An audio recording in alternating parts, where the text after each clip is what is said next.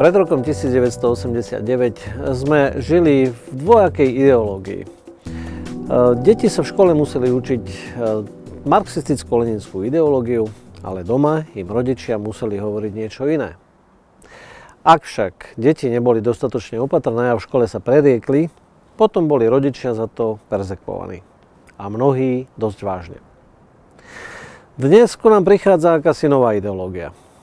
Štát akoby najlepšie vedel, čo sa majú deti vzdelávať v oblasti pochopenia sexuálnych vecí alebo dokonca vlastnej intimity. A nie je to len v školách. Takéto veci sa na nás valia dokonca už aj z večerníčka.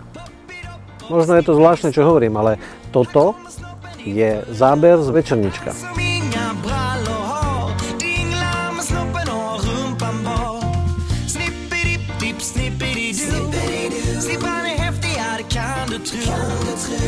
Podľa mňa je to otrasné. Chceme aj my takýto na Slovensku? Ja si myslím, že ho nepotrebujeme. Avšak pri takýchto nechutných večerníčkoch to nekončí. Zo zahraničia, z USA, z Nemecka poznáme prípady, kedy boli rodičia perzekvovaní za to, že mali výhrady voči tomu, čo sa ich vlastné deti učia na sexuálnej výchove v školách. A tieto perzekúcie boli úplne konkrétne. Či už to boli finančné pokuty, alebo postihnutie na odňatie slobody na nejaký čas. Ja myslím, že to nie je niečo, čo by sme tu na Slovensku naozaj chceli.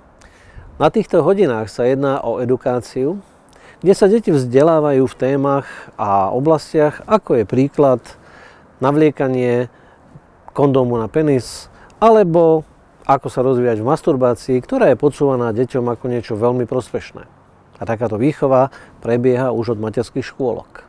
Ako sa vôbec dostala takáto agresívna sexuálna výchova do škôl? Výskum Alfreda Kinseyho tvrdí, že dieťa je sexuálna bytosť už od narodenia. Záverečná odborná správa nesie názov Sexuálne správanie muža a pochádza z roku 1948. Z nej sa vychádza pri tvorbe súčasnej sexuálnej výchovy. Mimo iné obsahuje tabuľku číslo 34.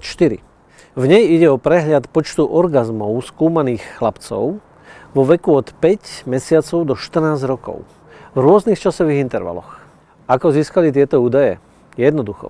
Sexuálne stimulovali malých chlapcov, aby mohli mať orgazmus. V rámci tohto výskumu zneužili 300 detí.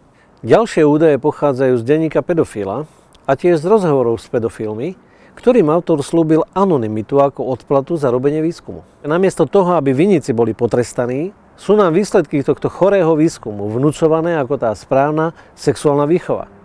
Tomuto musíme povedať jasné nie. Nemôžeme predsa dovoliť, aby naše deti boli takto hrubo okrádané o svoje detstvo a o svoju nevinnosť. Ako pedagógovia, ako politici, ako zdraví občania musíme povedať takéto veci nie a máme povinnosť naše deti chrániť. Rodičia musia mať právo reálne ovplyvňovať sexuálnu výchovu svojich detí na školách a hovoriť do toho, akým spôsobom sú deti v tejto oblasti vychovávané. Je to nescudziteľné právo rodičov na výchovu svojich detí a toto musí byť rešpektované. Rodičia, toto základné právo si nenechajme vziať. Preto príďte 7. februára k referendu. A na tretiu referendovú otázku. Súhlasíte s tým, aby školy nemohli vyžadovať účasť detí na vyučovaní v oblasti sexuálneho správania či eutanázie, ak ich rodičia alebo deti samé nesúhlasia s obsahom vyučovania? Ja odpoviem áno.